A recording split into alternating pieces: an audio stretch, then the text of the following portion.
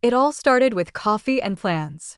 I was putting a plate of toast on the table when Araceli said it, as if we were talking about the weather. The contractor is coming on Thursday. Finally. We're going to remodel the upstairs. I stopped. The plate trembled a little in my hands. Emiliano didn't look up from his cell phone. I stood still, waiting for an explanation that never came. I asked carefully the floor above. Araceli turned around, all smiles and security. Yes, the second floor needs a change, something more open, modern, minimalist. I didn't say anything, but my eyes, they should have asked the question. She sighed with a hint of impatience. Your room, Emiliano's office. We're thinking of knocking down that wall, maybe putting glass panels. I looked at my son. He took a quick look and then lowered his head, as if looking for an easier screen to face. That's my room, I said, trying to keep my voice steady. Emiliano cleared his throat. We haven't decided nothing, we're just looking at options. Araceli didn't miss a beat. You could move downstairs. The basement is unused. Some rugs, a lamp, it could be very cozy. I had been in that basement, always damp, cold, no matter the season. I used it to store winter jackets and the box of the Christmas tree that no one wanted to throw away. Oh, Araceli continued in a tone lighter than it should be, if you don't want to adapt, we understand. You can always look for another place. You decide. And then she smiled, forced, calculated, and added, don't delay any longer. The contractor is already scheduled. My hand rested on the back of a chair. I felt the texture of the wood digging into my palm, anchoring me while the ground of my world moved silently. 2 options, Emiliano muttered, as if he were offering me a menu. Basement, hear me. I stood there for a moment more. Then I climbed the stairs, each step heavier than the previous one. Above, the walls still smelled of my tea bags. The bed still bore the weight from my folded sweater. My room, my name was not in the deed, but my life was in those walls. And now I knew I had a week before they would redesign it without me. The house I left behind had a porch that surrounded it, 2 rocking chairs that creaked, and a dogwood tree that bloomed brighter the year after Salvador died. I sat there in the afternoon light, with fingers around a chipped cup, listening to the silence that I did not ask for, but which I soon got used to. After the funeral, Emiliano came every Sunday. He always brought coffee and good intentions. He would sit next to me and talk about how empty my house must have felt, that it was not safe to be alone, that I should not cook for one or collect leaves with sore knees. I want you to be with us, he said one day, his hand on mine. You'll have your own space, without pressure, only peace. The word peace covered my grief like a warm jacket. I sold the house 3 weeks later. It was the home that Salvador and I built for 38 years. I signed it by hand, trembling and a hope that I didn't know was naive. Emiliano opened a fund for me with the money. He said that it would generate interest, that I would not have to worry about nothing. Then I moved into his guest room. Araceli called it Toala, although it shared a wall with its blue baby wardrobe and a thermostat that wouldn't let me play.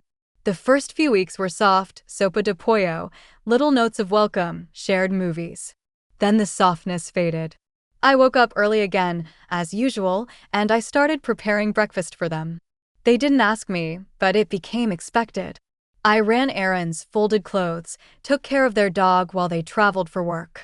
I started asking if I could help, and one day they stopped responding. I just did it. One morning, I looked at my hands scrubbing their stove and realized there was no use for the word rest in more than a year. That night, I opened my drawer of socks and silently told what was left. They called it my space, as if giving it a name made it mine. A little corner room with a narrow window and a single bed creaking when I moved. The closet barely fit my winter jacket. There was no desk or shelf, just a chipped bureau with a drawer that jammed every time I opened it. The only thing I brought from the old house was a photo of Salvador and me in our 30th anniversary. He laughing. Me, with that navy blue dress that he always said made me look like I had somewhere to go. I stuck it on the wall with transparent corners next to the switch. Every morning, I woke up before them. I prepared coffee, eggs, toast, and on Saturdays, pancakes. I packed Araceli's lunch. If she was late, I walked their dog, folded towels. Sometimes I didn't realize how much I did until my legs ached by the night. Nobody asked me to, but it was easier than waiting to feel welcome. The leftovers were mine. I ate standing up at the bar after they finished. Once, Emiliano called me his blessing. Araceli smiled and nodded, as if it were a compliment. Then, one night, while I was washing dishes, she said lightly, "Our favorite guest. Guest 3 years. Not tenant, not family." I smiled then, but something inside broke, a soft, silent snap, like the fragile center of an overcooked cookie. That night in my room, with the shoes lined up like little soldiers next to the bed, I looked at the photo again. I missed that woman, the one who still had space, the one that was taking up space. I turned off the light, and in the darkness, I understood what it meant to be invisible in your own life. The envelope arrived on a Tuesday, hidden among supermarket coupons and a flyer for a tile offer. I almost threw it away, thinking it was just another reminder that my name now lived on mailing lists and banking systems, but not in that house. The paper inside was thin, one of those that bend easily, those that bring numbers that should weigh more, 238 pesos and 17 cents. That was what was left in the account that Emiliano promised to protect. He called it a trust.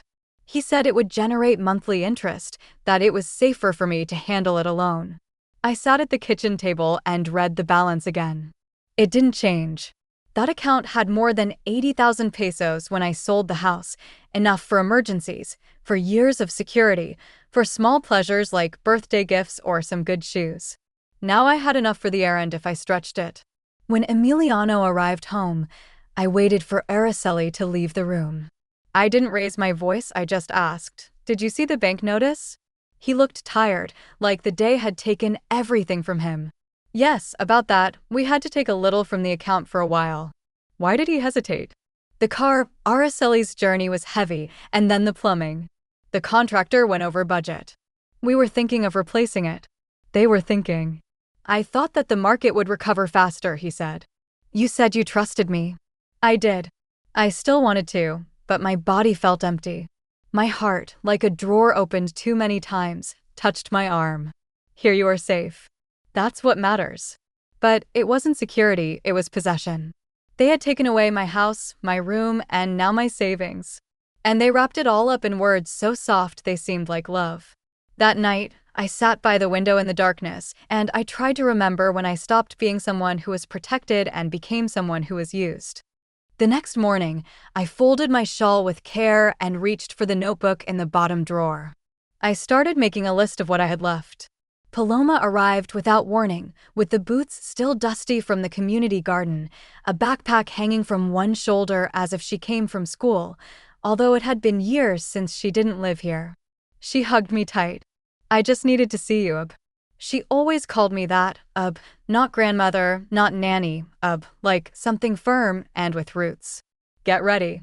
And we sat in the kitchen as the light filtered through the blinds. I asked her how school was going. She said that the urban gardening project was flourishing, literally. I nodded and mixed honey in her cup, as I did when she was little. Then she saw the calendar on the fridge where Araceli had written, "Contractor. Upstairs floor. October 10th. "What are they remodeling?" she asked. I didn't answer immediately. She followed my gaze. "Wait," she said. "Your room." I slowly blinked. "And where are you going to sleep, in the basement?" I said, as low as I could. Her body stayed still. "Do they want to put you in the basement?" Her voice had a new edge. "Ub, that place is ice. There's mold there." "I know. And are they doing this with your money?" I didn't answer. She pushed her tea. "No, this isn't okay." Araceli came in just then and smiled tensely. "Paloma, we didn't know you were coming." "I imagined," Paloma replied. They exchanged courtesies wrapped in ice. When Araceli left, Paloma came closer. "You're not crazy. You're not exaggerating. They're using you, and I see it all." I looked down at my hands, still firm, still capable, but lately they only moved for others. "You're not finished," she said softly. "You're just buried." I felt something move, deep and silent, like earth warming up under the snow before spring.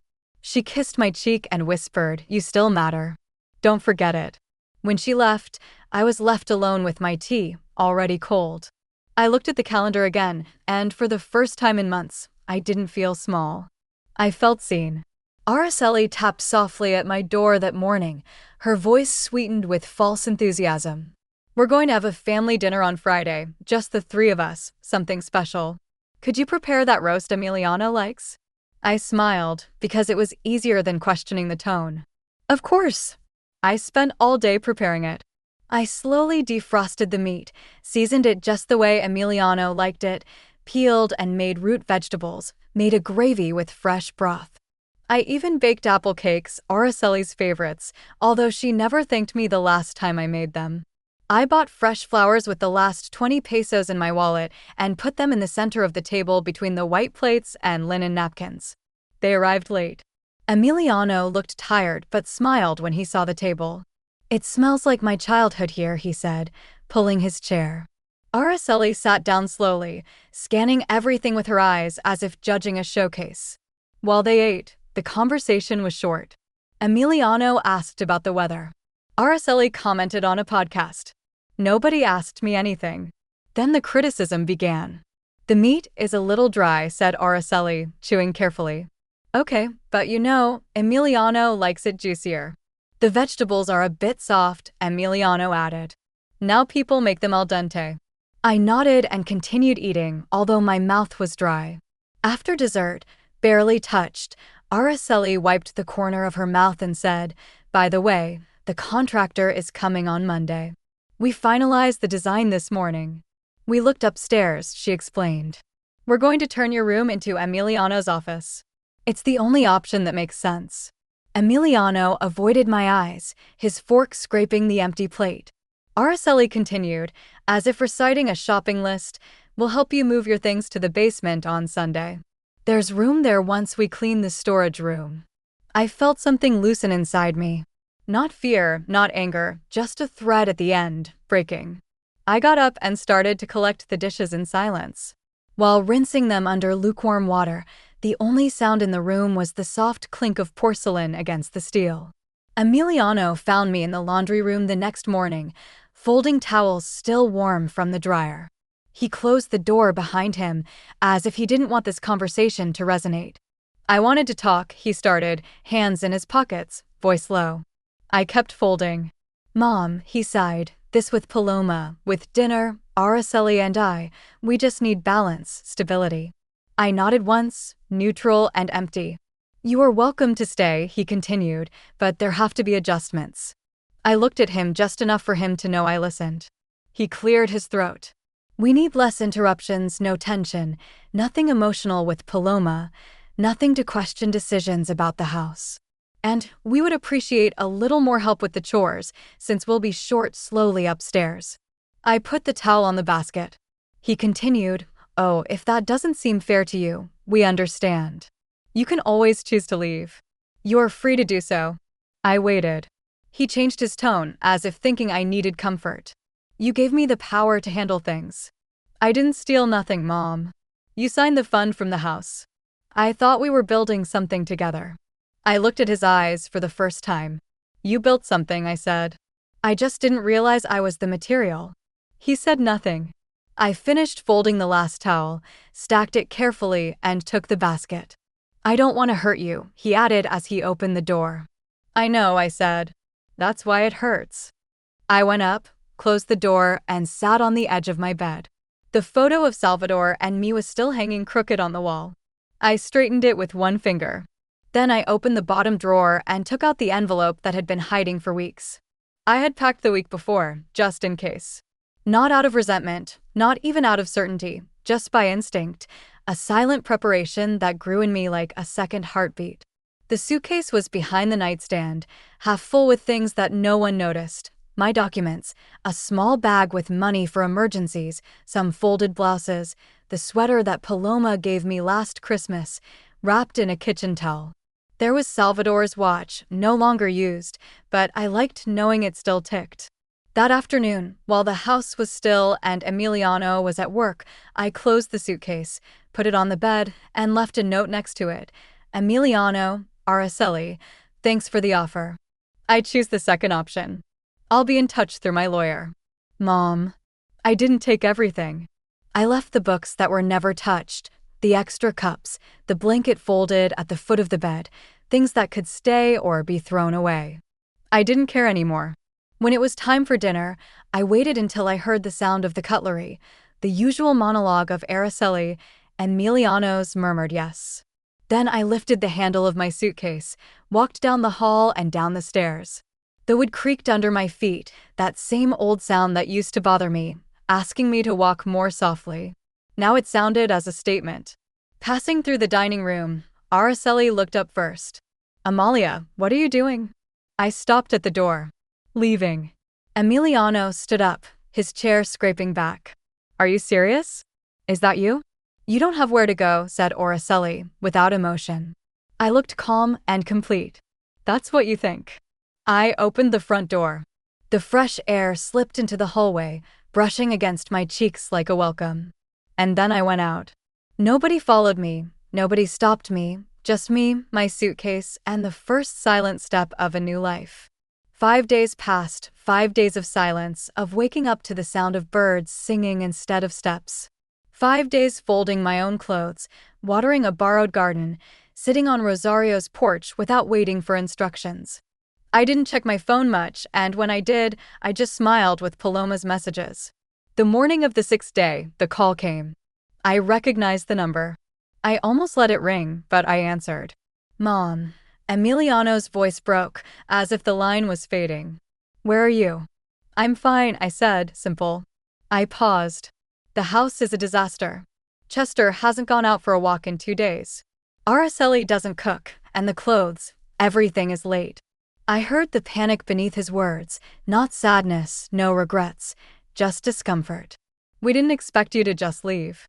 You told me to choose. I didn't think you would leave like this. I didn't think you would treat me as a tenant," I said. He stayed quiet for a while. "Can you come back, just until we get this resolved?" I closed my eyes. I needed you too, Emiliano. I needed kindness. I needed someone to look at my eyes and see more than what I do for them. "I was trying to keep the balance," he said, weak. "I know," I replied. "And you kept it. You just forgot that I was part of it." I heard Araceli in the background, asking who was on the phone. "I have to go," I said. "Wait, I'm not angry," I said softly. "But I'm finished. I wish you the best." I hung up before he answered.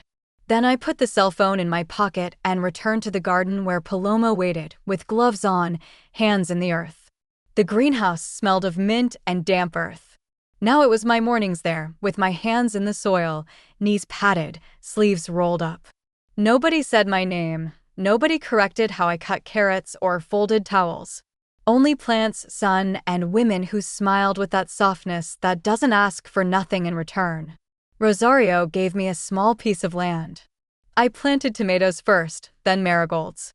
Salvador always said they scared away the pests. I believed him. I still do. Paloma came every Sunday. She brought envelopes of seeds and stories. She sat next to me on an upside-down box while I pruned the basil and asked what I needed instead of assuming. Later, the local women's center asked me to speak, just a short chat for the group of elders. I stood in front of about 20 women, all with hidden stories in the lines on their faces, and said, I didn't leave out of bitterness. I left because I remembered who I was before giving it away everything. They nodded. Some cried. Then one hugged me and whispered, "You said what I have been afraid to say." That night, I watered the greenhouse in silence, each drop trapping the light that faded away. Then I sat on the edge of my garden, muddy boots, heart firm, and whispered into the air, "I'm not yours anymore." And this time, nobody tried to correct me.